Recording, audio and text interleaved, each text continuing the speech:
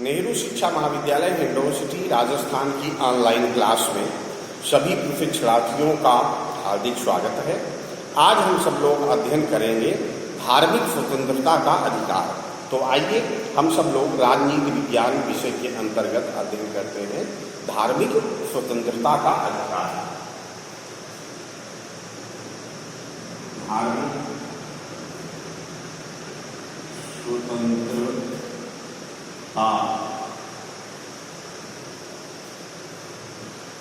का अधिकार, और ये धार्मिक स्वतंत्रता का अधिकार हमें भारतीय संविधान के अनुच्छेद 25 से लेकर 28 तक हमको प्राप्त है। और ये धार्मिक स्वतंत्रता का अधिकार भारतीय नागरिकों को प्रदान किया गया है, जिसके अंतर्गत उन्हें अंतःकरण की स्वतंत्रता प्राप्त है। भारतीय संविधान निर्माता ये जानते थे कि भारतवर्ष जो है एक प्रकार से विभिन्न प्रकार के मतावलंबियों का या विभिन्न प्रकार के धर्म के अनुयायियों का देश है, और यहाँ पर अलग अलग धर्म को मानने वाले लोग रहते हैं जिनकी धार्मिक आस्थाएं अलग अलग हैं। तो उन्होंने आज़ादी के पूर्व ही एक प्रकार से देश में आम सहमति हो चुकी थी कि भारतवर्ष सभी का देश होगा, और भारतवर्ष में सभी को अपनी अंतरात्मा के आधार पर अपने धर्म या अपने मत के अनुसरण की स्वतंत्रता प्राप्त होगी। तो भारतीय संविधान निर्मात्री सभा द्वारा जब संविधान का निर्माण किया जा रहा था तो मौलिक अधिकारों के अंतर्गत भारतीय नागरिकों को धार्मिक स्वतंत्रता का अधिकार प्रदान किया गया है, और वो धार्मिक स्वतंत्रता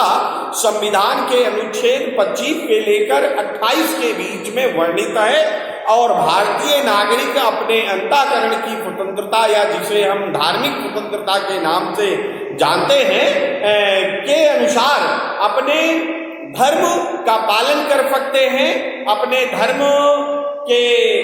जो प्रतीक स्थल हैं या उपासना स्थल हैं वहां के प्रबंध कार्यों को कर सकते हैं। इसके अतिरिक्त भारतीय नागरिकों के ऊपर कोई ऐसा कर नहीं लगाया जाएगा जिस कर का उपयोग धार्मिक या किसी धार्मिक शिक्षा या धार्मिक व्यवस्था या धर्म को बढ़ावा देने में किया जा रहा हो। इसके अतिरिक्त राज्य के द्वारा किसी भी ऐसी संस्था या शिक्षण संस्था का संचालन नहीं किया जाएगा जिसमें धर्म विशेष की शिक्षा दी जाती हो, या नागरिकों को किसी संस्था में किसी धर्म विशेष की उपासना में भाग लेने के लिए बाध्य नहीं किया जा सकता। तो भारतीय संविधान के द्वारा जो नागरिकों को धार्मिक स्वतंत्रता प्रदान की गई है, उस स्वतंत्रता का जब हम अवलोकन करते हैं, अध्ययन करते हैं, तो हमें विस्तार से ये ज्ञात होता है कि भारतीय नागरिकों को मुख्यतः 4 प्रकार की स्वतंत्रता दी गई है। अनुच्छेद 25 के द्वारा अंतःकरण की स्वतंत्रता, अर्थात अपने अंतःकरण के आधार पर उन्हें अपने धर्म को अपनाने और धर्म को मानने की स्वतंत्रता दी गई है। किसी भी धर्म को उनके द्वारा माना जा सकता है, राज्य के द्वारा या किसी व्यक्ति के द्वारा उनके ऊपर किसी भी प्रकार का कोई प्रतिबंध या बाध्यता लागू नहीं की जा सकती है। और दूसरा अनुच्छेद 26 के अंतर्गत उन्हें अपने उपासना स्थल या अपने धर्म के केंद्रों के प्रबंध का, उनके रखरखाव का, उनके संचालन करने या उनका प्रबंध करने का अधिकार प्राप्त है। और अनुच्छेद 27 के अंतर्गत नागरिकों के ऊपर कोई भी ऐसा कर नहीं लगाया जा सकता जिसके कर के करारोपण के द्वारा किसी धर्म विशेष को बढ़ावा दिया जाता हो, अर्थात नागरिकों के ऊपर कोई धार्मिक कर नहीं लगाया जा सकता। और इसके अतिरिक्त अनुच्छेद 28 के द्वारा ये प्रावधान किया गया है कि नागरिकों को या राज्य के द्वारा किसी भी ऐसी शिक्षण संस्था का पोषण नहीं किया जाएगा, उसे अनुदानित नहीं किया जाएगा, उसका संचालन नहीं किया जाएगा जिसमें धार्मिक शिक्षा प्रदान की जाती हो। तो आइए हम सब लोग देखते हैं कि धार्मिक स्वतंत्रता का अधिकार भारतीय नागरिकों को जो संविधान के द्वारा मौलिक अधिकार के रूप में प्रदान किया गया है वो किस प्रकार से कहा गया है। पहला जो है जिसको हम कहते हैं अंतःकरण की स्वतंत्रता, अंतःकरण की स्वतंत्रता। और ये स्वतंत्रता किसके लिए है? अंतःकरण की स्वतंत्रता से तात्पर्य है कि नागरिकों को ये स्वतंत्रता प्राप्त है कि उनके द्वारा किसी भी धर्म का पालन किया जा सकता है और किसी भी धर्म का पालन जो है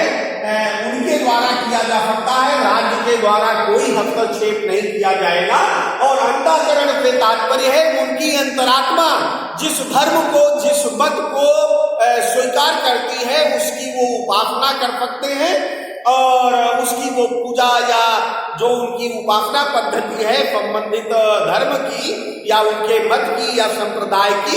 उसका वो पालन कर सकते हैं। और इसी के अंतर्गत धार्मिक स्वतंत्रता या अंतःकरण की स्वतंत्रता के अंतर्गत जैसे सिख संप्रदाय के लोग हैं तो उनको एक स्वतंत्रता प्राप्त है कि वो कृपण लेकर के चल सकते हैं, यद्यपि कि समय समय पर उसके बारे में नियम बना दिए गए हैं कि उनका जो कृपाण है वो इससे बड़े आकार का नहीं होना चाहिए। और अंतःकरण की स्वतंत्रता का तात्पर्य है कि किसी व्यक्ति के द्वारा दूसरे व्यक्ति को या किसी संस्था या संगठन या राज्य के द्वारा उसके ऊपर किसी धर्म को थोपा नहीं जाएगा और संविधान के द्वारा इसका दुरुपयोग रोकने के लिए किसी व्यक्ति को किसी प्रलोभन या लालच के द्वारा धर्मांतर कराने पर एक प्रकार से प्रतिबंध भी लगाया गया है। ये निर्बाध स्वतंत्रता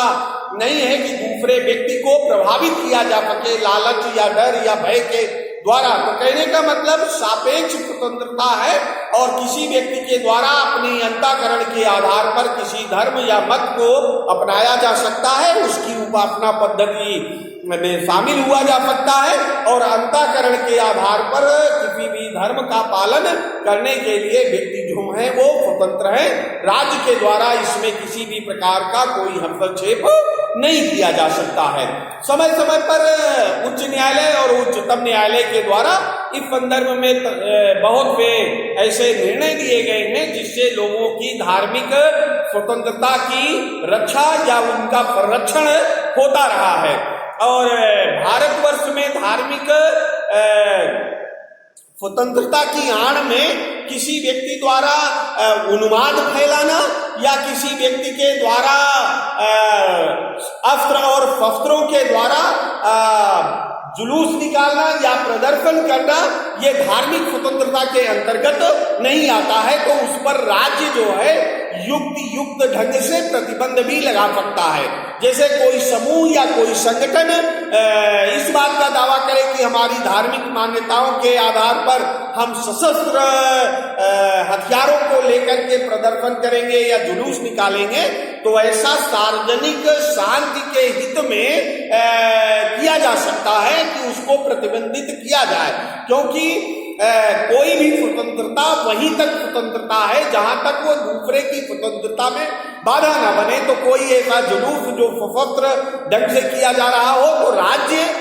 उसके ऊपर युक्त ढंग से प्रतिबंध लगा सकता है। तो इसका मतलब ये नहीं है कि ये स्वतंत्रता या धार्मिक स्वतंत्रता के ऊपर किसी प्रकार का हनन है। व्यक्तियों को या नागरिकों को अपनी मान्यताओं या अपने अंतःकरण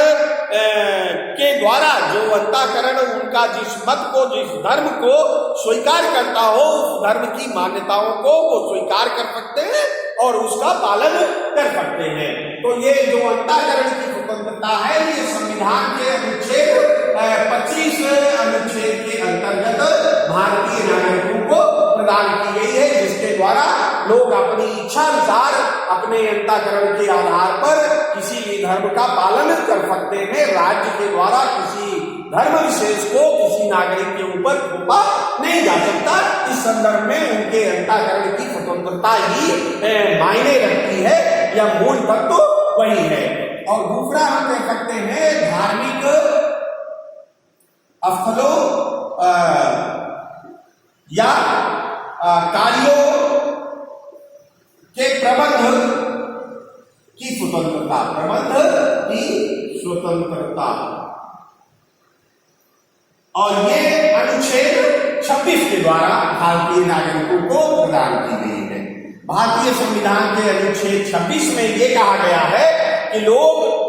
जिन धर्म को मानते हैं या लोगों के द्वारा जिस मत का पालन किया जाता है उस धर्म से संबंधित पूजा स्थलों की वो स्थापना कर सकते हैं या प्रतीक स्थलों की स्थापना कर सकते हैं और उन स्थलों का प्रबंध या उन पूजा स्थलों के कार्यों का प्रबंध उनके द्वारा किया जा सकता है और ये अधिकार उनको अनुच्छेद 26 के अंतर्गत प्राप्त है। लेकिन ये अधिकार भी कहा जा सकता है कि निर्बाध नहीं है। निर्बाध इसलिए नहीं है कि राज्य जो है वो लोकहित में, ध्यान देने वाली बात है, राज्य जो है लोकहित में युक्त ढंग से इस पर प्रतिबंध लगा सकता है। उदाहरण के लिए किसी भी धर्म स्थल जो सड़क या किसी सार्वजनिक हित के उद्देश्य में आ रहा है सामने, तो इस आधार पर उच्च न्यायालय और उच्चतम न्यायालय द्वारा समय समय पर आदेश पारित किए गए हैं कि यदि किसी सार्वजनिक स्थान या जैसे सड़क इत्यादि के निर्माण में कोई उपासना स्थल आ रहा है तो उसको हटा देना या हस्तांतरित कर देना या अन्यत्र कहीं स्थापित कर देना, ये अनुच्छेद 26 का उल्लंघन नहीं है, क्योंकि लोकहित में सरकार या राज्य जो है इस पर उपयुक्त ढंग से प्रतिबंध लगा सकते हैं या इसको सीमित कर सकते हैं, क्योंकि समय समय पर राज्य जो है वो लोकहित सर्वोपरि है और लोकहित के आधार पर धार्मिक स्थलों को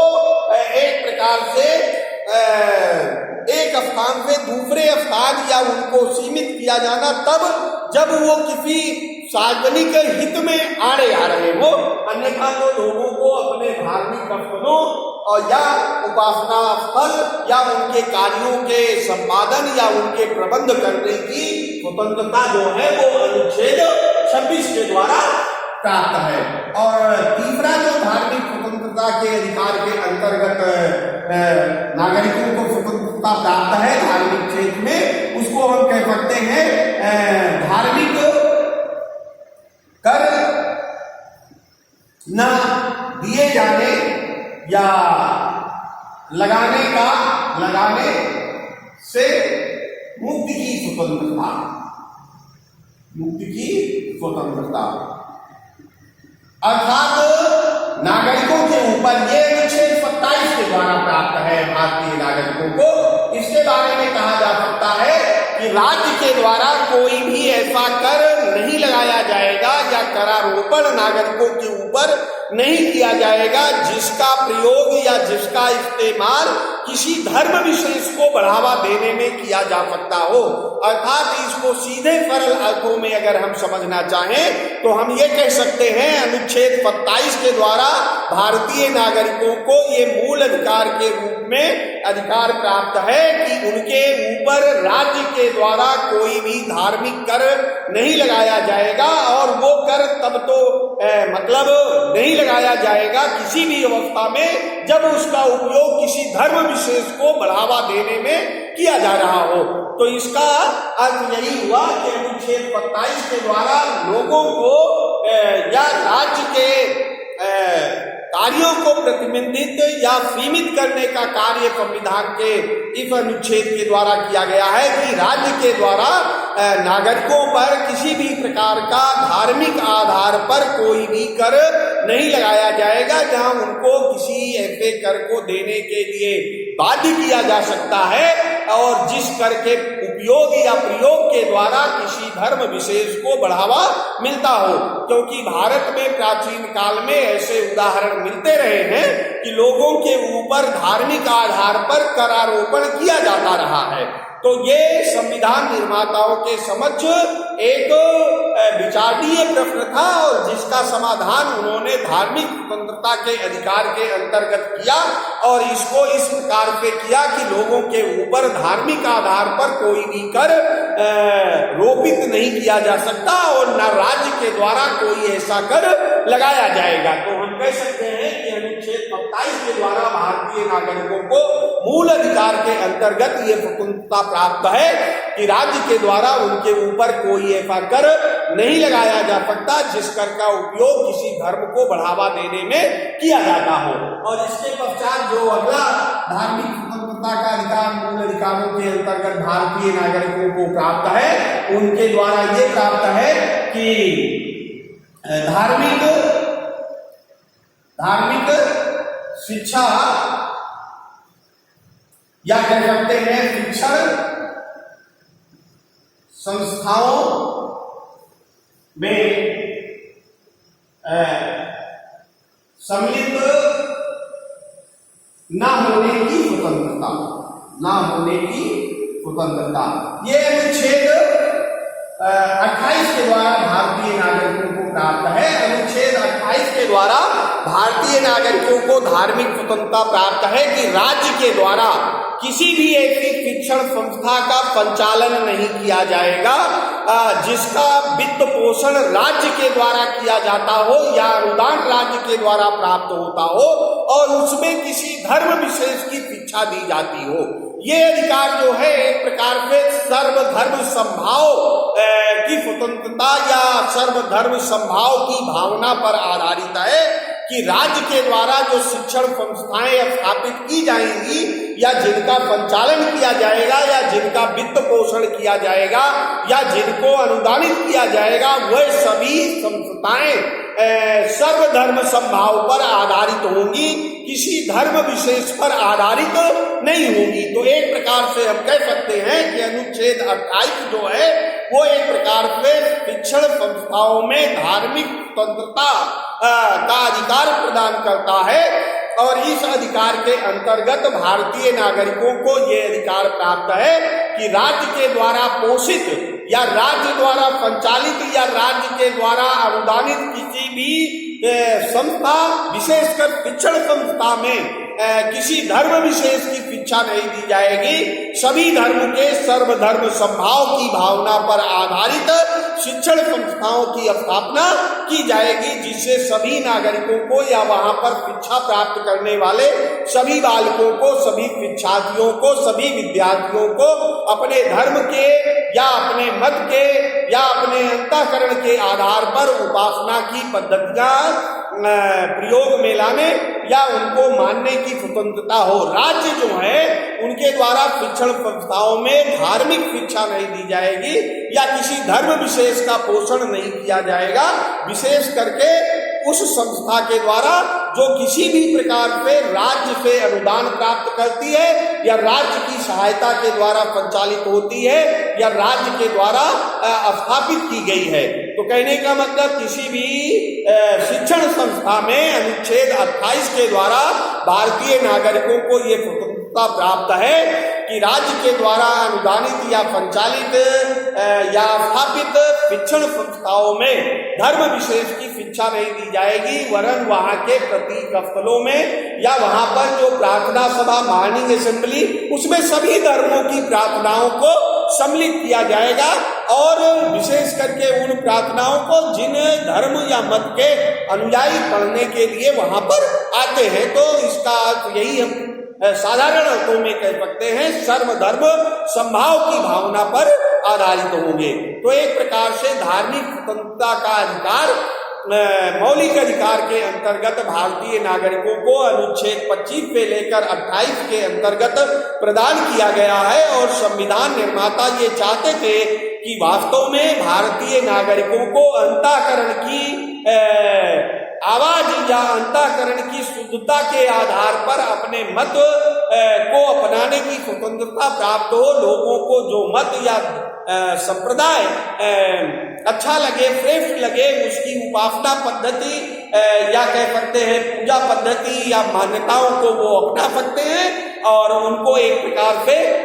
धार्मिक स्वतंत्रता प्राप्त है। अनुच्छेद 26 के द्वारा जिस धर्म या मत का वो अनुसरण करते हैं, पालन करते हैं, उससे संबंधित जो उपासना स्थल है, प्रतीक स्थल है, उनकी स्थापना उनके द्वारा की जा सकती है और वहां संपादित होने वाले कार्यों का प्रबंध या उनका रख रखाव, उनका संचालन भी उनके द्वारा किया जा सकता है। ये अनुच्छेद 26 के द्वारा उनको धार्मिक स्वतंत्रता का अधिकार प्राप्त है। इसके अतिरिक्त अनुच्छेद 27 के द्वारा ये धार्मिक स्वतंत्रता का प्रावधान किया गया है या स्वतंत्रता प्राप्त है कि राज्य के द्वारा नागरिकों के ऊपर कोई भी ऐसा कर नहीं लगाया जाएगा जिस कर का उपयोग किसी धर्म विशेष को बढ़ावा देने में या पोषित करने में किया जा रहा हो। तो अनुच्छेद 27 के द्वारा इस पर प्रतिबंध लगाया गया है। और अनुच्छेद 28 के अंतर्गत राज्य के द्वारा पोषित कोई भी शिक्षण संस्था या संचालित संस्था या अनुदानित संस्था, उसमें धार्मिक शिक्षा नहीं दी जाएगी या धर्म विशेष की शिक्षा नहीं दी जाएगी और सर्वधर्म समभाव की भावना पर आधारित शिक्षण संस्थाओं का संचालन राज्य के द्वारा किया जाएगा। तो एक प्रकार से हम कह सकते हैं कि भारतीय नागरिकों को मूल अधिकार के अंतर्गत धार्मिक स्वतंत्रता का अधिकार प्रदान किया गया है और संविधान निर्माताओं के द्वारा ये प्रयत्न किया गया है कि भारतीय नागरिकों को अंतःकरण की स्वतंत्रता प्राप्त हो, उन्हें अपने धार्मिक स्थलों के प्रबंध का, रख रखाव का, संपादन का, कार्यों के संचालन का अधिकार प्राप्त हो, उनके ऊपर किसी भी प्रकार का कोई धार्मिक कर न लगाया जाए और राज्य के द्वारा किसी भी ऐसी शिक्षण संस्था का ना तो संचालन किया जाए, ना स्थापना की जाए, ना अनुदान दिया जाए जो धर्म विशेष की शिक्षा प्रदान करती हो, वरन उसके द्वारा सर्वधर्म समभाव की भावना पर आधारित जीवन पद्धति का विकास करना चाहिए। तो इस प्रकार से भारतीय संविधान के द्वारा भारतीय नागरिकों को अधिकार प्रदान किया गया है। इसी प्रकार आगे हम अध्ययन करते रहेंगे। धन्यवाद।